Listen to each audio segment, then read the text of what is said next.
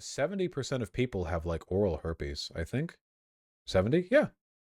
I've kissed people who have had at some point in their life cold sores. I'm almost certainly a carrier, but I've never had a cold sore in my life. Never in my whole life demonstrated. Cold sores aren't STDs though. They're caused by an STD. Herpes. Carrier? No, no, no. If you're a carrier, you have it though. Cold sores barely count though. Oh, I agree. Yeah. Basically everyone has them, so you know, if you spend your life fussing over that, then you're going to have a really difficult time. A ton of people have herpes and don't even know it. A ton of people possibly have herpes and like it's never demonstrated in any physical way, which I would assume would be the case for me, right? If you've kissed enough people eventually. But I've never had a cold sore. So how do you get herpes without kissing? Herpes spreads pretty easily. Yeah, herpes isn't even tested anymore in a lot of STI tests because it's basically like a whatever kind of deal, I think. Um of course, the herpes spreads really easily, so like you can get it from a kiss on the cheek.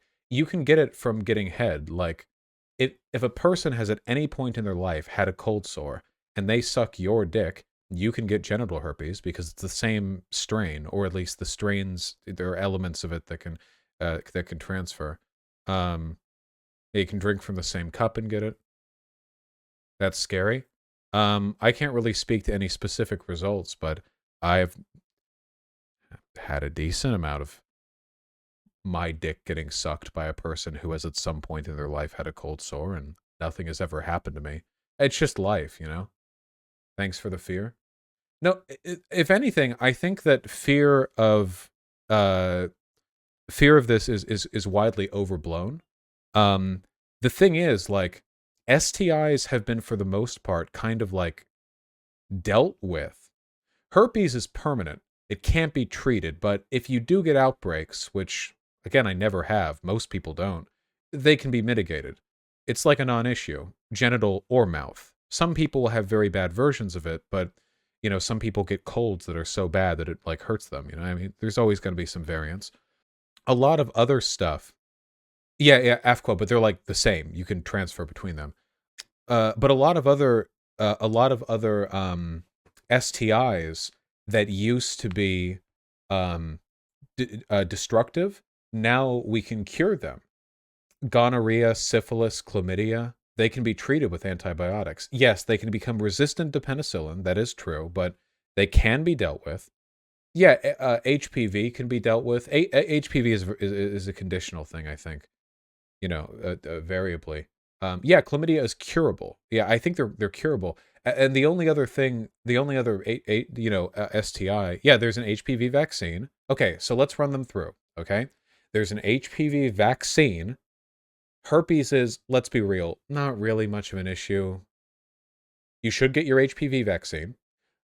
Chlamydia, gonorrhea, and what was the other one? Chlamydia, gonorrhea, and syphilis can, to my knowledge, be cured, can't they? They can be cured. They have outbreaks, but now that we have antibiotics, you can cure them. You can just be rid of them. We didn't have antibiotics 100 years ago, and that's why a bunch of people died of like syphilis and had their noses fall off or whatever. But now we can cure them. And with that, you have HPV. Oh, no, I did HPV. That just leaves AIDS, doesn't it? And at this point, having AIDS isn't great, but you can take PrEP, which basically makes it impossible to get AIDS. And also, if you do get AIDS, it can be treated, and there might be a vaccine coming out sometime soon. Oh, sorry, HIV, not AIDS. My apologies. HIV is what I'm talking about. AIDS is the condition afterwards, yeah. Um, oh, hepatitis A and B have vaccines, yeah. So really, what's PrEP? Never heard of the treatment. I think it's pretty expensive, but if a person who has AIDS takes PrEP, they cannot give other people HIV. And if you take HIV, or sorry, if you take PrEP and fuck someone with AIDS who's just AIDSing it up, you can't get AIDS. I think it's like PrEP is so effective that it can reduce the HIV viral load to an undetectable level. If you take PrEP as a person with HIV, it brings it down to like a level that like if you were tested for it by a doctor who didn't already know, they might not find it positive, you know? Yeah, you have to take it for long enough. Please don't make any decisions based off what I'm saying. I'm speaking very broadly right now, okay? Shh. But yes, it's very powerful. Are there symptoms of PrEP? I don't know. I don't think there are any severe ones. If there were, I haven't heard of it. Vaush, please don't downplay herpes. It sucks for AFAB folks. Variably. Don't get me wrong. Like, if you can not get genital herpes, I assume that's what you're saying because you said AFAB. It wouldn't make a difference if we were talking about oral herpes. But with genital herpes, don't get me wrong. Like, it can suck. It's just that it's it's definitely not as severe as people say, and you can there's like topical ointments I've heard that are incredibly effective, um medicines that you can take. Yeah, it's treatable. You can't cure it, but you can treat it when it has an outbreak, you know. um how do we get into this topic again? I don't actually remember. I know that I don't have, well, I know I don't have any of the spooky, scary skeleton STIs. I would be, it seems statistically unlikely, literally statistically unlikely, that I don't have oral herpes, even if I've ever had any outbreak or indication. Um, I don't know about genital herpes. What about blue waffle? People keep saying blue waffle, blue waffle, blue waffle. I don't know what blue waffle is. I saw it once when I was 10. I don't know. You know, people, sometimes people's bodies just fail. I don't know. It's not real. Okay, it's not real. Shh. I don't know. You were talking about internalized homophobia and AIDS, possibly in reference to that cute Hispanic femboy. It's really dumb, don't you think? Right? The listen, that's not to say that it can't happen, but being refraining from hooking up with men because you're afraid of AIDS today feels to me like not going to a glory hole because you're worried that the person at the other end will cut your dick off with a pair of scissors. It's like, it can happen. It's not impossible, but it's not likely. And if you let that fear rule your life, you're going to miss out on alternatively fucking cute boys, or putting, you know, getting your dick sucked through glory holes, which I've never done, but I do find very hot. I probably never will do it either. I'll just be too worried. It's just homophobic. I am, like many people, subjectable to bigoted social messaging, and it's about overcoming that. That's what I'm talking about right now, recognizing where that comes from and overcoming it. That's the whole point, right? That's what everyone um makes an effort for. Glory holes seem like Splinter Central. Well, you'd line it with duct tape. Monty and Hannibal? I don't know what that is. Have you ever used a glory hole? No, I said I wouldn't. Oh, the DP podcast. Oh, that's right. Explain the mechanics of a glory hole. Vaush, have you heard of bathhouses? They have glory holes? Yes, I've heard of bathhouses. You put your penis in. It's not too complicated. Seems kind of frightening though, just putting your dick in there. Just asking to get your dick cut off. It seems to me like a thing that's not very likely to happen. I've always wondered whether the balls are supposed to fit through the hole at glory holes. Probably not. That seems kind of silly. I don't know why you would do that. That seems silly. I suppose it's possible if you really do. You jam your dick in the wall to make the hole, or where do the holes come from? They pre-drill the holes. My erection's not that impressive. I think one of the most common places you can find glory holes is in porn shops, porn shop bathrooms. I've never actually been in a porn shop bathroom, but that's just, I always hear that's where there are glory holes. And it seems like a likely enough place, right? I mean, that seems logically like a thing that would be real. You ever seen a sex worker? No, I have not. Well, I have fucked a sex worker, but it wasn't business. Would you do an at-home glory hole, or does it need to be somewhere else? You know, you could make that fun. That would be like some kind of what's the point? Well, you could still have strangers, right? Or no. Well, no, that could be kinky. Yeah. The anonymity is the point. Well, what if they're anonymous? Yeah, like what if you have a party? No, wait, that could be hot. What if there's a party where there's like a few dozen people at a house or whatever? Like you know all the people there abstractly, like you know the people at the party, but the glory hole thing would still be anonymous unless people can like identify. Yeah, no, that's a thing. No, no, no, no, no. That's a thing. Yeah. Um, I'm not inventing this, but I think that's a perfectly fine idea. And that way, you wouldn't have to worry about anyone cutting your dick off, identifying the orifice at the glory hole. I guess the closest you could get to making any kind of meaningful identifications with people who you haven't had sex with before would be like a race thing, right? Like skin tone. Like if there's one black chick at the party, like, well, there you go, right? Which is why you would need more people. You would need white people to wear blackface to preserve the anonymity. Hmm. God. Why don't we just cut glory windows into stalls, honestly? Glory windows? What do you mean by glory window? Like to put your whole body through? What about black dick? Like to put blackface on the dick? Wouldn't that like come off? Because you'd be sucking the dick, right? Like that's the. Is it racist to want to fuck at least one of every race? I don't know if that's necessarily racist. It definitely comes from some kind of racialized thinking in the sense that you think there's some meaningful distinction between people of different racial groups, which of course there is at least some, just a purely like minor physical, like, well, Asian people tend to look a little different from white people tend to look a little different from blah. And if it's just that, if it's just like being worldly, I don't think that's necessarily racist. The issue, I've said this before, but racial preferences, I don't think are inherently an issue if you're genuinely just a little more attracted to some types of, uh, uh, body types or skin tones or whatever. I don't think that's inherently racist. But a lot of people who really care about like race when it comes to having sex, it's like it's not just that. It's like a fetishized sociologically adjacent type thing. Like people won't be particularly attracted to black women because they just happen to think black women are hot, which I think that's fine. But rather because they think there's something like wild about black women, which comes from old stereotypes about black people being more animalistic, and of course there are problematic roots to that as well.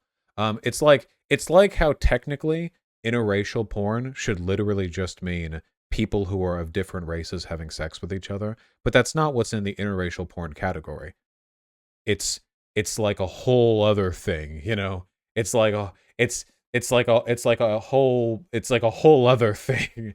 It's always black and white people. Always, always, always black and white people, you know. And it's either, like I mean it's always the same thing. It's always, it's like some huge black guy and some tiny white woman and racist white guys jerk off to it. It's almost always black men and white girls and heavily racialized. The thing that sucks is that like there's really only one category for porn that I look for consistently. There's really only one thing I always search for. There's only one thing that I'll almost never look for porn outside of the category. Tempest, thank you. Is why you're on the payroll. It's big dick porn. I just like big dicks. I just like big fat fucking dicks. Okay?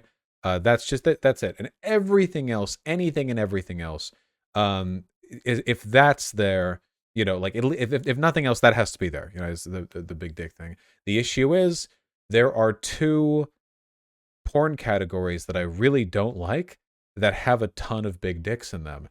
And that's cuck porn, because the bull usually has a huge dick, but I'm not even remotely into the psychological, oh, this guy's more masculine than that guy, or interracial, which often has huge dicks, but, you have to mute because otherwise you're going to hear a white woman with a voice that could break wine glasses screeching about how she's never going back to white dick.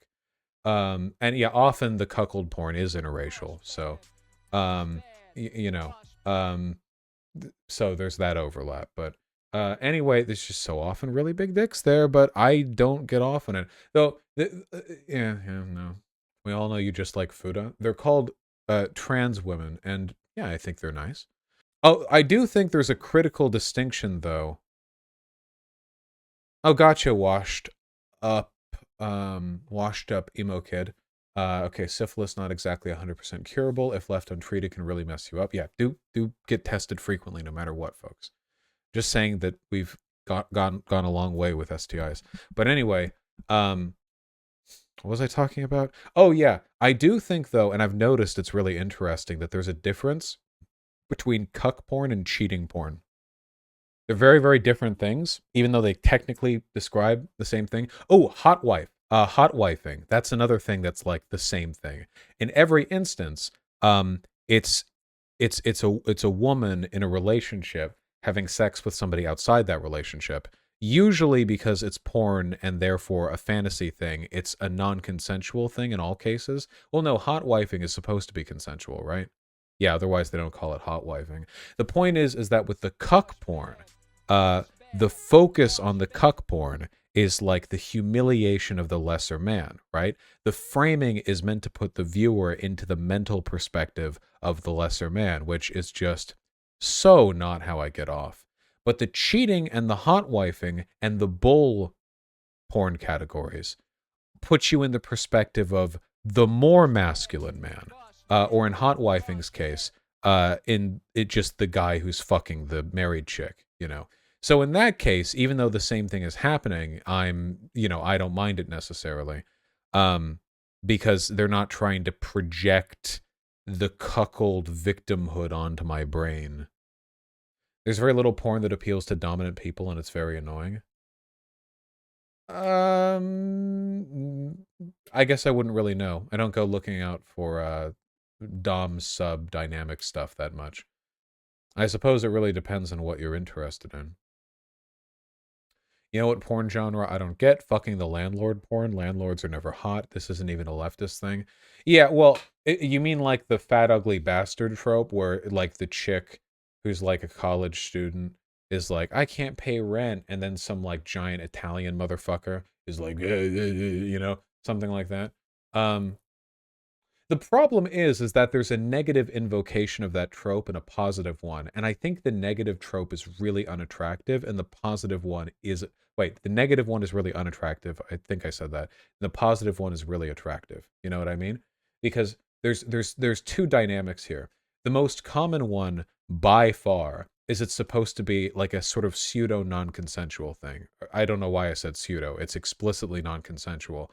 You know, oh, you can't pay your rent. Well, why don't you fuck your landlord? This is clearly a non-consensual dynamic. You're exploiting a person's financial dependence, you know, so on. And of course, porn fetishizes this. And I don't think there's anything inherently wrong with having spicy consensual dynamics in porn. People are going to get off to what they get off to, be responsible, blah, blah, blah, blah, whatever, you know. But there is another version of the trope that I'm fine with.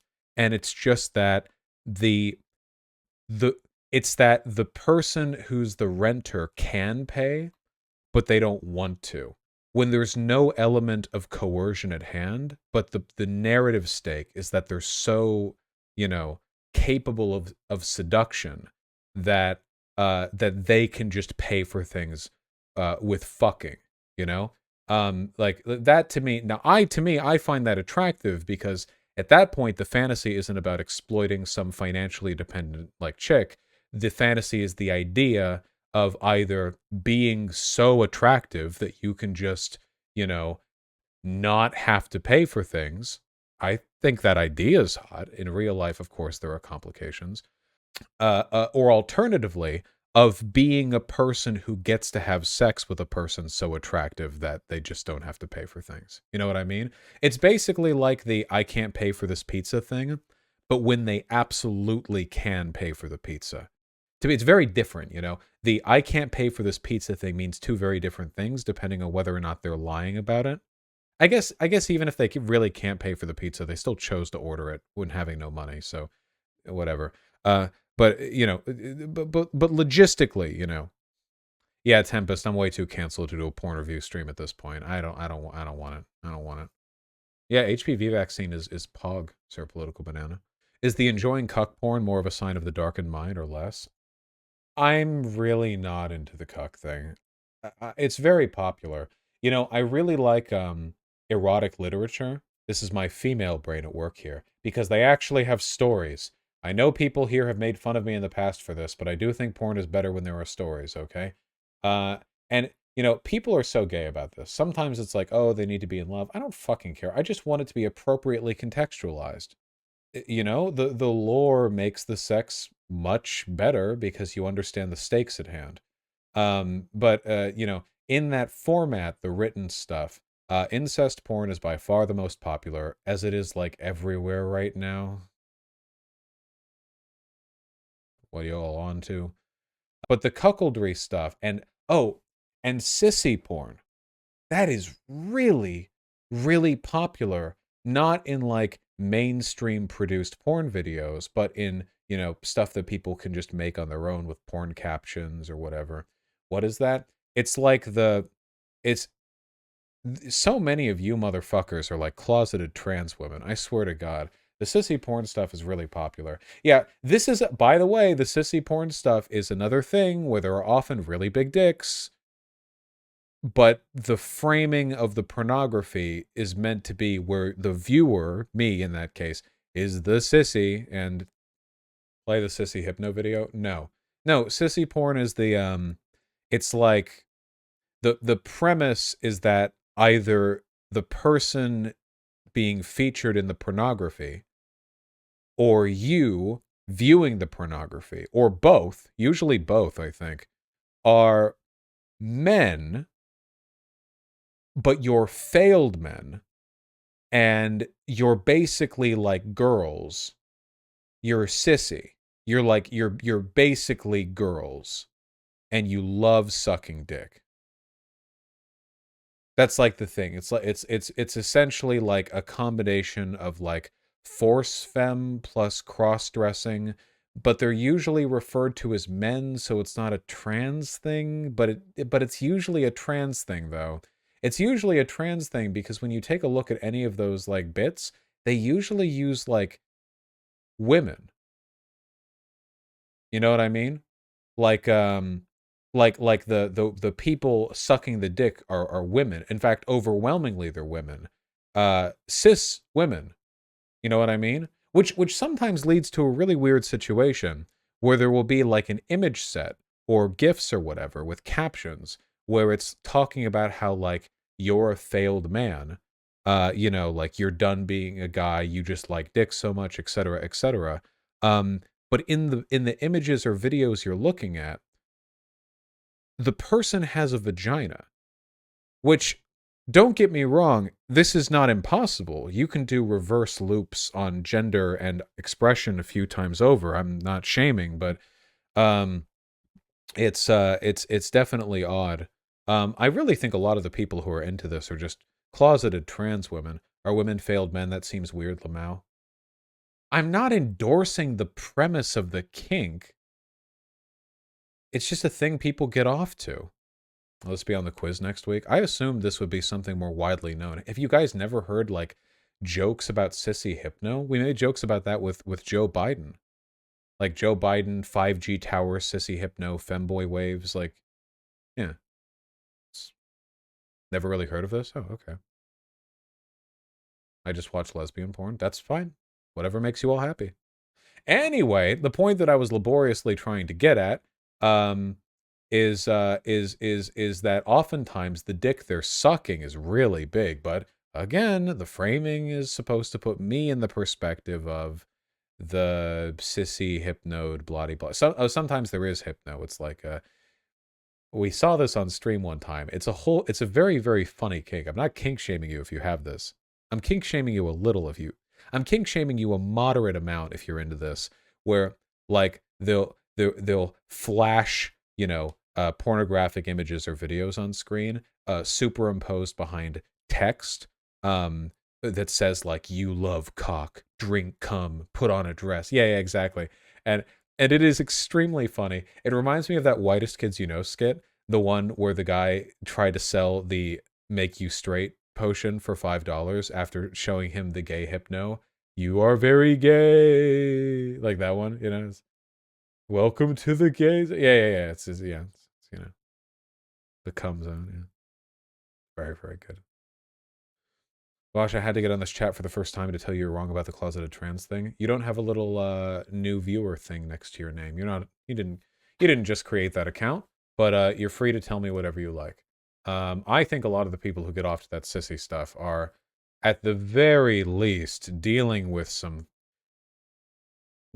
feelings about their gender identity, assuming that they're men, which they overwhelmingly are, because that is who this is targeted to, because the framing of the premise of being sissified is that you were a man, but then you saw a dick, and now your body is somehow morphing into a more feminine one. And wouldn't it be so nice for trans women if it did work that way? If just discovering that you liked dick just instantly force femmed you. Wouldn't that just be so much easier? What are we titling this segment? Tempest, that's on you. Jesus.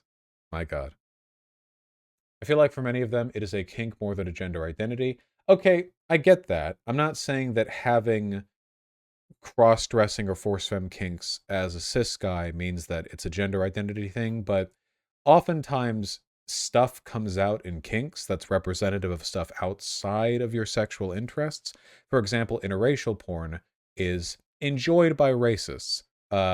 You know, and look, I'm not saying everyone who likes sissy porn is a trans woman. That's probably not true.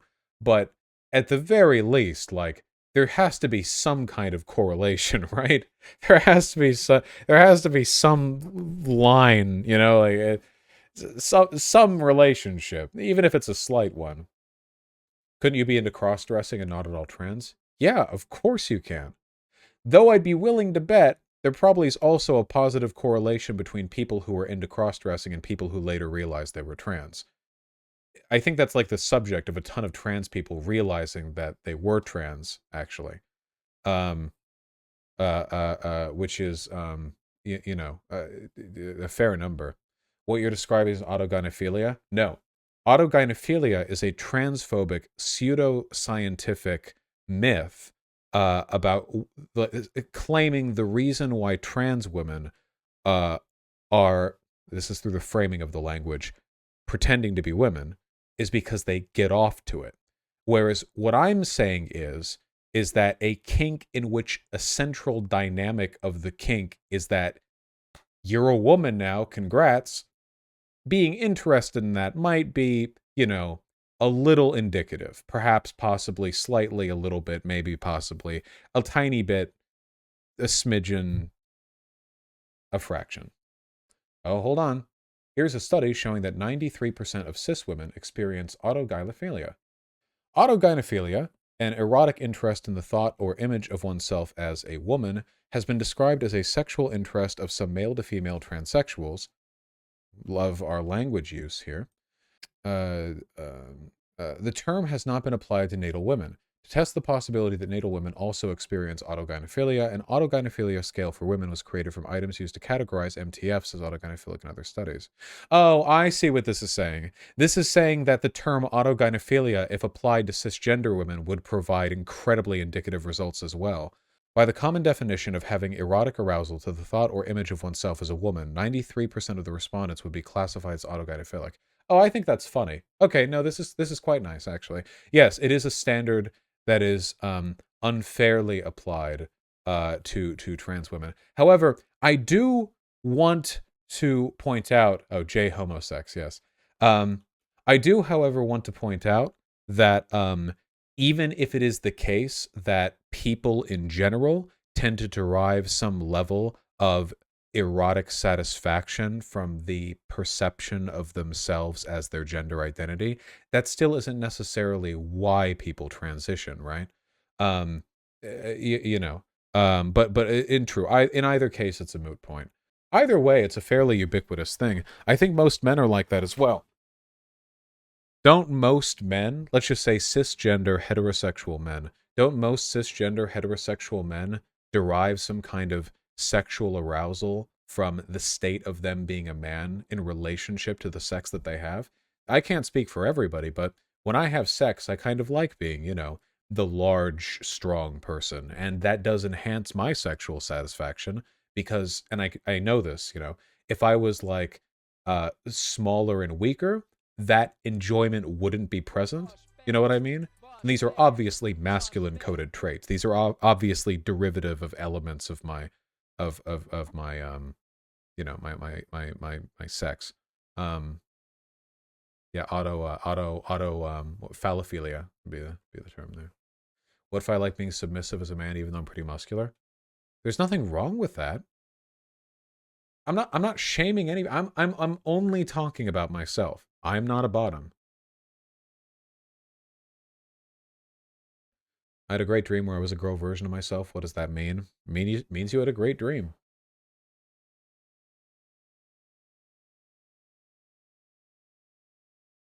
Have fun, man. Go for it. Um, yes.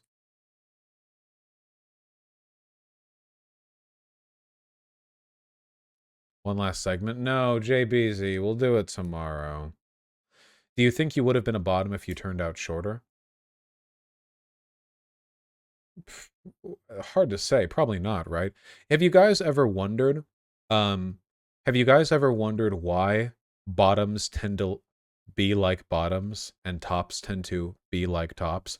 There are, of course, small feminine tops, and there are like massive muscular bottoms. But you're kidding yourself if you can't tell if a person, a gay man, is a bottom or a top just by talking to them like half the time. You totally can. I grew up next to West Hollywood. Okay, it is sometimes quite easy to tell in like two sentences of exchange conversation whether or not a person is a top or a bottom. Um, well, there you are, Tempest. There's a reason for that, and I think the reason for that, unironically, is autoandrophilia. Because if you're a large, strong person, the archetypes of sexual expression you're taught, you're made, excuse me, you're made aware of, um, are ones which place people of your stature in the top, in the dominant position. And the opposite is the case for bottoms, people who are otherwise naturally hairless or not as demanding people, or they're a little more feminine generally, or smaller or whatever. The archetype is one they tend to fit into. You know, it's a kind of, what would you call it? Physiological determinism that is a product of the category associations we make between and a type of person and what characteristics those people tend to have. You know what I mean? Does that make sense? I understand. Like, there are people here who are listing exceptions to the case or whatever. But you understand like the broad tendency here, right? Or like the voice that like gay bottoms do. Like, why do you think they talk like this? Do you think it's like a coincidence, or do you think it's like do you think it's like because they see other people who take cock up the ass and they talk like this, and they're like, well, I guess that's kind of the way that like people who take cock up the ass talk, and I guess I'll give it a try, you know? Um, we don't all talk like that. Enough of you do. Enough of you do. No, Tempest, you do not sound like that at all. That's a tough one, Solistocrat. I talk like that as a trans femme. Okay, here's a very important reminder. Okay? What if you want your voice to sound more feminine? Get ready for it. Okay? Here's the hot voice training tips. Okay? Making your voice higher pitched is less important than learning how to appropriately modulate your voice in order to enunciate the points you're making and come off as expressive. You can have a deep voice as a cis woman, but because you're, so it would be like the difference, and of course I have a deep voice, so we can just use mine, but like, if I talked like this would come off as a pretty by default masculine way of talking. And there are a lot of guys who talk like this because they don't really learn to modulate their tone. It comes across as being bored, but if you change the tone a little bit, it comes across as angry. What it never comes across as particularly enunciative or like very emotive, because you're naturally limiting the range of potential expression. Um, Whereas if you actually make an effort to speak a little bit more, you know, in a more varied manner, and you go lower when it's suitable and you go higher when it's fine to, you can have a pretty deep voice and still have it be coded feminine. Of course, I'm no expert at it, but this is a 0 Kelvin take. I'm not trying to deliver a hot take right now. I'm just trying to point this out. It's just it's an inflection. It's the ability to gotta sell harder. I'm not a woman. Though I do actually think I have a more expressive resonance than a lot of other people who are men. Um, just one of many things that I had to, had to train myself to do in the CIA bread tuber factory. I think it's what makes you easier to listen to. Well, thank you. Oh yes, I heard of Twink Pinocchio. This is very funny. There's nothing wrong with this, of course. Normalized gay voice, but hold on, I'll just play the audio. Eyes, your name will be Pinocchio. Father, when can I leave to be on my own? I've got the whole world to see. There you go. It's Pinocchio. Pinocchio's voice.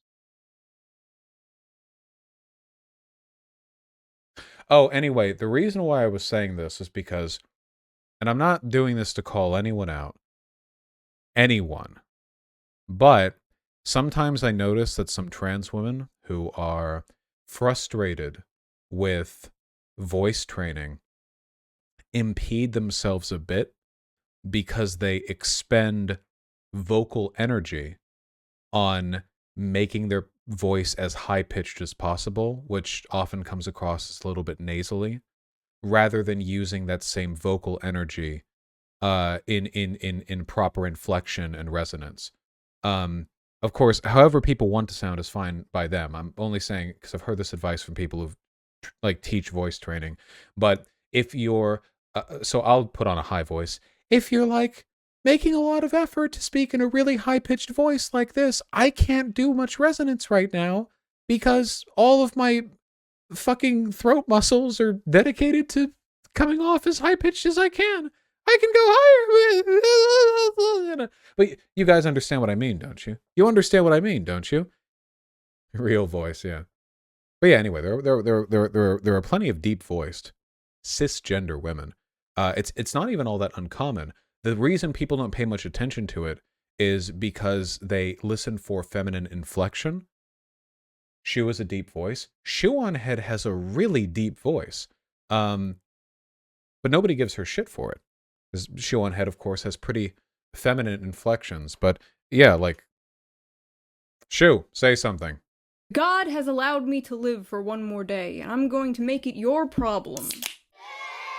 Her default tone or pitch is pretty low, but it doesn't make a big difference with regards to presentation because God has allowed me to live for one more day, and I'm going to make it your problem. Do you understand what she's doing here? God has allowed me to live for one more day, and I'm going to live for one more day. To make it your problem. Your problem. Play at half speed, sure. God has allowed me to live for one more day, and I'm going to make it your problem. Well, yes, now she sounds drunk, of course. But you understand the point that I'm trying to make, right? She does sound a little bit like a female, moist critical, but you understand what I mean, right? About how it's not actually about like so all the trans girls or whatever who are like, oh, my voice is so deep, I'll never pass vocally. Well, no. A lot of the stuff that distinguishes the voices of trans women and cis women is just whether or not you were socialized into certain vocal inflections early on in life, you know? Obviously there are some like, obviously, voices of AMAB people tend to be a little bit deeper than AFAB people just by default, but there's enough variance in that respect that I feel like trans women who adopt the same vocal cadence as cis women. Like, so they're equal in terms of their social cadence, you know, in terms of their inflection, in terms of their, you know, modularity, in terms of their voice. If you normalize that factor, I genuinely feel like there would be plenty of cisgender women whose voices are deeper than the voices of a lot of trans women. You understand what I mean? Like, it's like bimodal, or like two normal distributions that overlap significantly. A lot of men only sound like they have deep voices because they never fucking enunciate, which is why I sound like I have a deeper voice whenever I talk like this, because the lack of enunciation really exacerbates, or maybe highlights, the fact that my default speaking tone without any alterations whatsoever is pretty low. And a lot of guys stick with that too, because it's like masculine. But I think it's boring. I think that people, men, women, whatever, I think they should fuck it up. I think they should fuck it up. Go all over the place. Markiplier? I think Markiplier sounds wonderful. Oh, how does he normally do it? Hello, everybody. My name is Markiplier, and today, like, and he does it for his regular speech too.